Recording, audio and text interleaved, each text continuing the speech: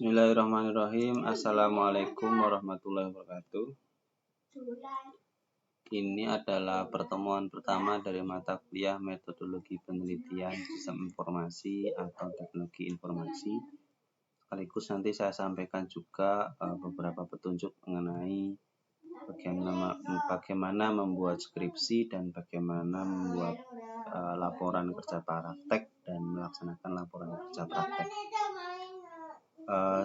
Materi yang saya sampaikan, materi dari Pak Romi, bisa download dari link yang nanti saya berikan atau dari linknya Pak Romi langsung.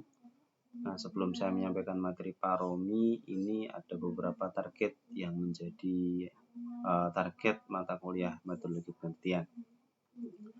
Pertama, tentu saja teman-teman diharapkan memahami teori bagaimana melakukan penelitian sampai teman-teman menemukan ide penelitian untuk skripsinya dan mampu menyusun bab 1.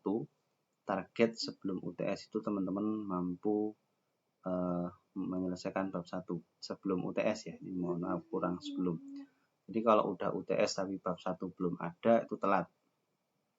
Nah, target selanjutnya adalah bab 3 sampai bab 3.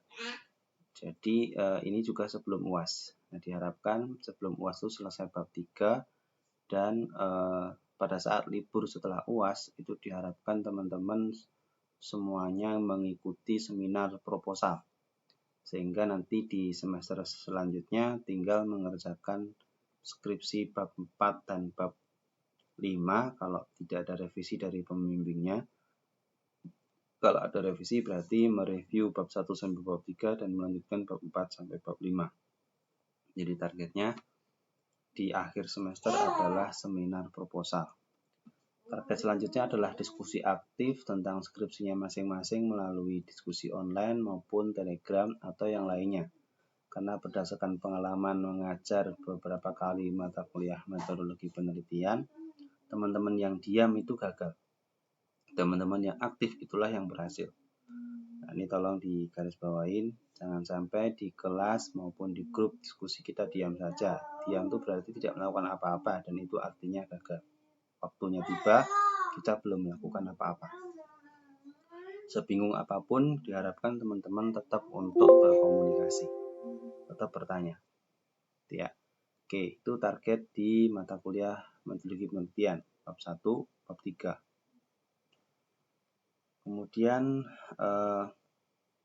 di link materi nanti saya sampaikan link Google Drive saya tentang materi-materi metodologi penelitian dan juga contoh TA, contoh kerja praktek dan juga contoh jurnal. Teman-teman bisa menjadikan itu sebagai standar dalam menyusun tugas akhir dan kerja praktek serta jurnal nanti. Oke, sekarang kita masuk pada pembahasan materi metodologi penelitian. Oke, ya, materinya dari Pak Romi, ini biodata Pak Romi, silahkan dibuka sendiri. Oke, ini buku yang menjadi referensi Pak Romi. Kemudian ini yang akan kita pelajari di mata kuliah metodologi penelitian, cukup padat ya materinya.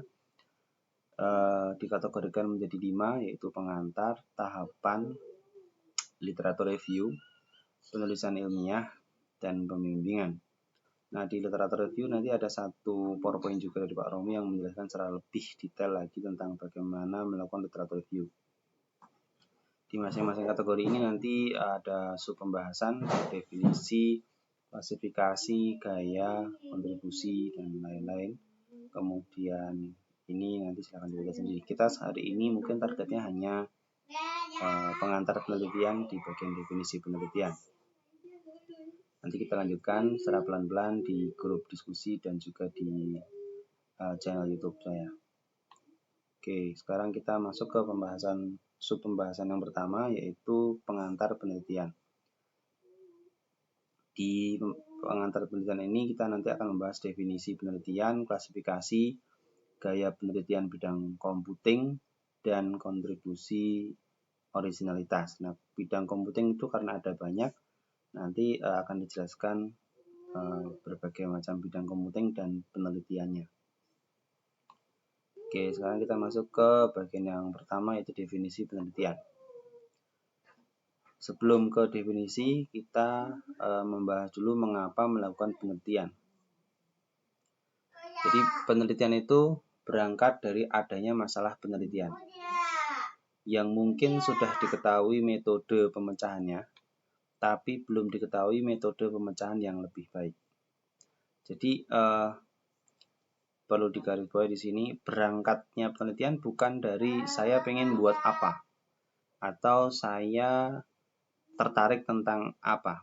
Tertarik tentang apa boleh, tapi itu hanya merupakan guidance saja bahwa itu bidang penelitian saya, tapi bukan berangkat dari situ penelitiannya.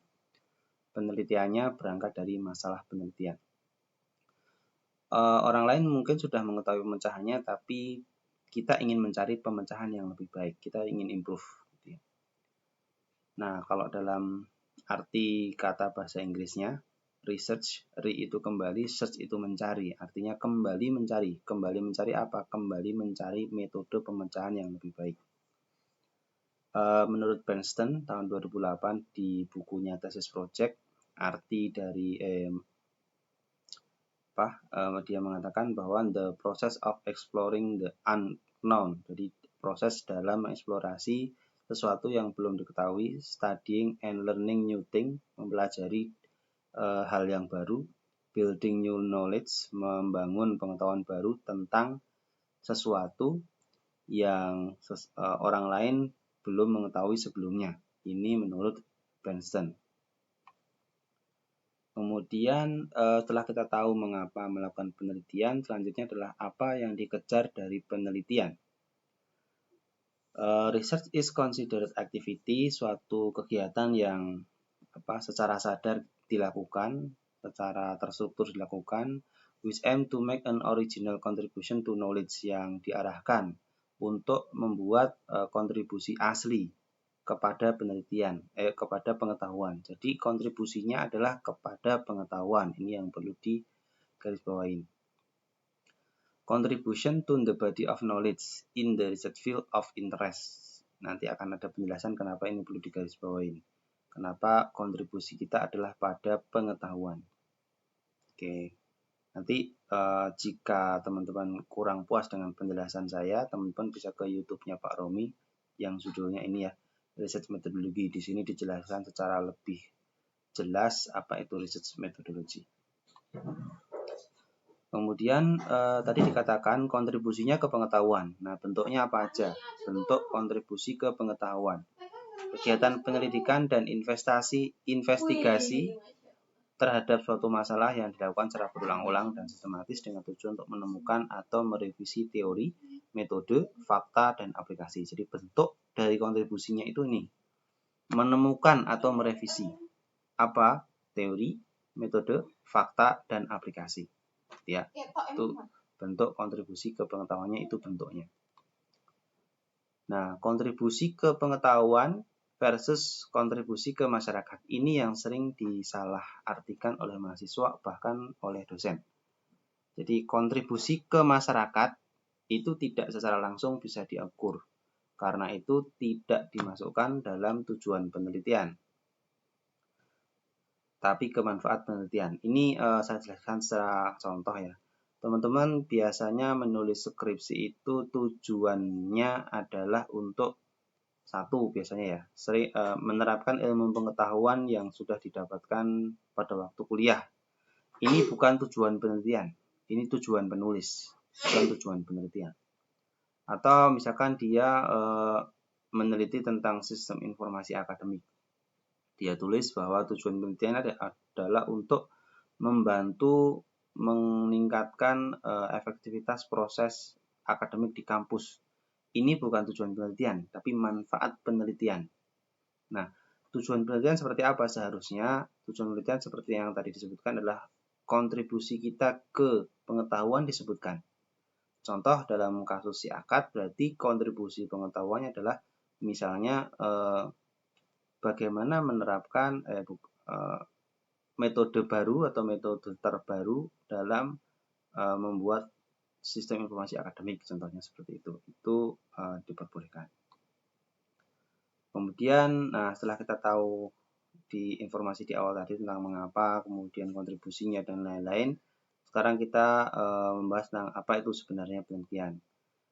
Nah, penelitian dilakukan karena ada masalah penelitian, di mana masalah penelitian muncul karena adanya latar belakang masalah yang terlahir dari masalah kehidupan.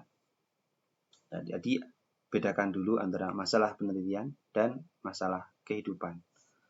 Penelitian dilakukan secara terencana, sistematis, berulang-ulang, dan terstruktur. Penelitian harus memiliki originality, dan kebaruan, novelty, serta menghasilkan kontribusi yang orisinil pada pengetahuan dalam bentuk menemukan atau merevisi teori, metode, fakta, dan aplikasi. Ini meringkas dari yang tadi dijelaskan. Di sini ada dua kata, yaitu originality dan novelty. Originalitas dan kebaruan. Nanti level-levelnya seperti apa akan dijelaskan. S1 itu level originalitas seperti apa, novelty seperti apa, S2 seperti apa. Kemudian di sini dijelaskan tentang bedanya pengembangan software dan penelitian. Mahasiswa S1 komputing biasanya terpaku pada pemahaman bahwa membuat skripsi itu berarti membuat software. Membuat skripsi itu berarti ngoding, dan seterusnya. Apakah itu benar? Mari kita lihat.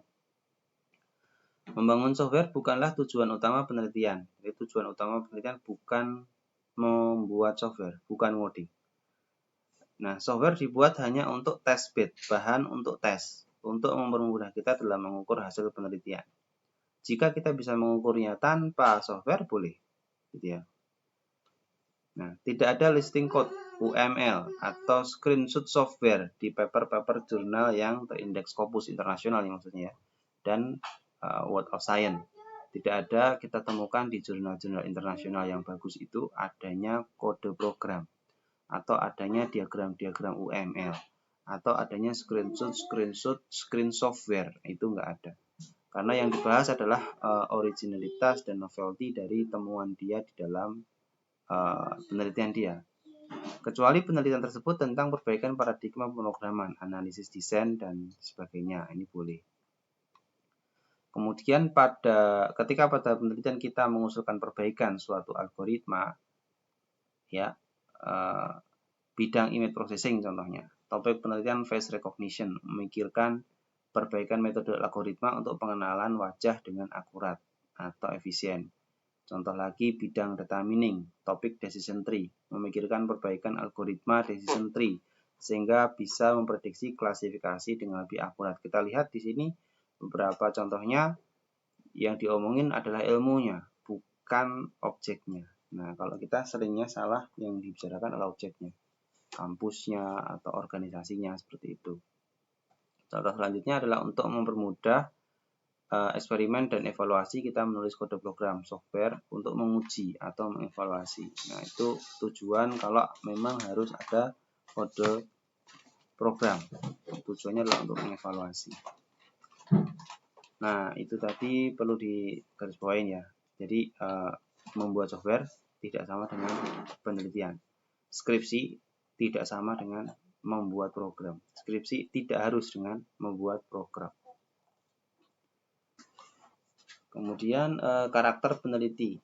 Peneliti boleh salah hipotesis, salah analisis, salah menguji, dan seterusnya, tapi peneliti tidak boleh bohong atau menipu, mempermainkan data, memanipulasi hasil pengolahan statistik, dan sebagainya. Ini juga perlu diperhatikan. Nah, oke, mungkin itu pembahasan pertemuan pertama itu dulu. Saya akan menyampaikan juga tentang sini ya. Sebentar. Tentang KP ya, bagi yang KP ya.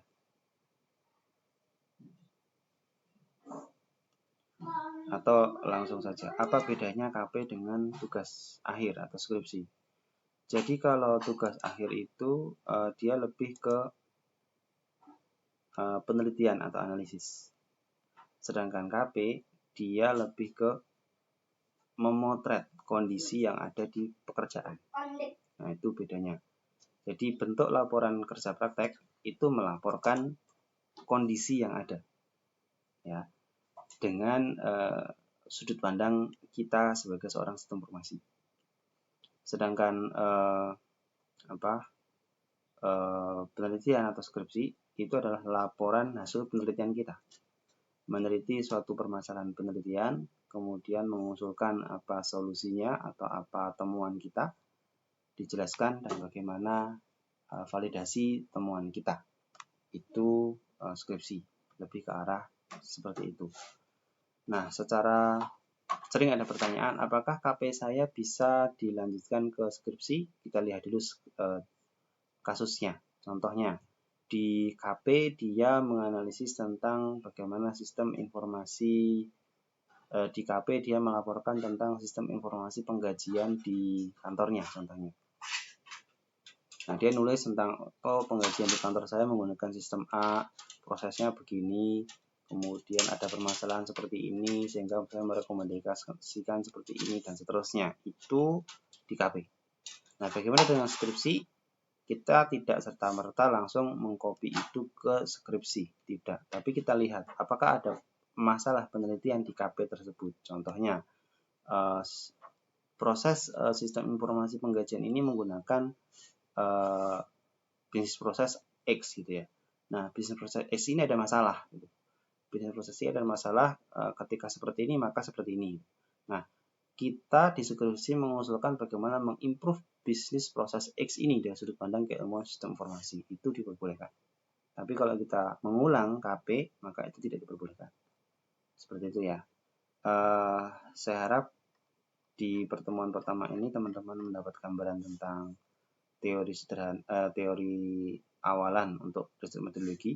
Teman-teman juga bisa memahami apa yang menjadi target dalam mata kuliah riset metodologi ini, yaitu menyusun bab 1, bab 3 sampai bab 3 serta seminar. Serta teman-teman segera bisa ada inspirasi untuk skripsinya apa. Mungkin itu saja. Saya harap diskusi di grup Telegram diaktifkan. Segera konfirmasikan jika teman-teman punya ide skripsi dan seterusnya. Atau teman-teman punya ide yang lain, silahkan segera dikonfirmasikan di grup Telegram. Terima kasih. Wassalamualaikum warahmatullahi wabarakatuh.